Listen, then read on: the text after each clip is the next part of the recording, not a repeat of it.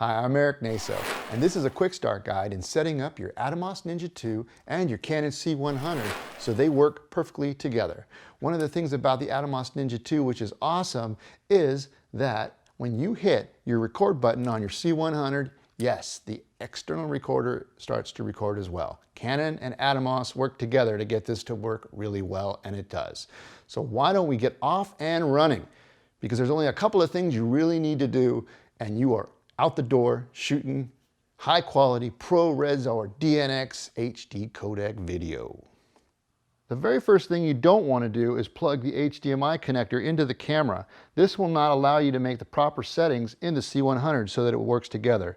This is the big gotcha. So go ahead and go into your menu first. You'll have to scroll all the way down to other functions, which is pretty close to the bottom. And I just passed it. There it goes. Other functions. Now scroll all the way down again till you get to HDMI. And it is pretty close to the bottom. There it is. Hit it. And now you see timecode is set to off. So the first thing you want to do is turn on timecode. Now you have a new function available, record command. So let's go ahead and do that. Turn that one on. Now both of these are on, timecode and record command. You can just leave the menu here, which is what we'll do. And now we're ready to go to step 2. Okay, the Ninja 2 is powered up and ready to be set up. Right now you see everything looks pretty good, but I'm not getting timecode because I have it set to free run and it's not on free run here, so we need to make some adjustments. I need to go up here, since my camera is set to 24p, I need to change this setting to 2398. But when I did that, still notice how I don't have all the options, so there's something wrong. I need to go into the menus. What I need to do, tap the menu and then go into timecode. Here's where you're going to make the settings for your Canon C100. Change the trigger, the camera trigger, to Canon. You have many choices, but the one you need is Canon. Now go to the source and select HDMI. After I did that, notice the free run started kicking in immediately. It's now taking the timecode directly from the C100. Go ahead and back out.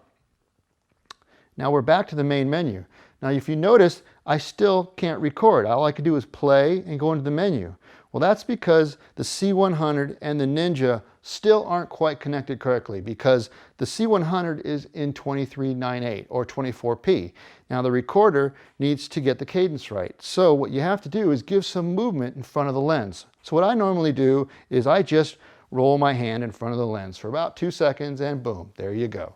So now you have all the functions, you are ready to record. Let's see what it looks like. I'll tap on monitor and there it is. There's a live image directly from my Canon C100. I'll iris down and I'll start to record. And there you go. Works like a charm. If you don't want to see any of the overlays in the Ninja, just tap on a clear area and they're gone. Pretty cool. Now I have overlays on the C100 and you can't see them. They don't go through the HDMI. That's a plus. Just one more thing you don't have to worry about. And that's it. Now they're set up to work together. Well, I hope the quick start guide helped you out. There was only a couple of gotchas in there and they're pretty basic, but if you don't know them, you'll be spending a lot of time fishing around in menus and wondering what's going on. So I hope the quick start guide helped you out. For more tips and some other reviews on equipment that I like to use, visit ericnaso.com. Thanks a lot.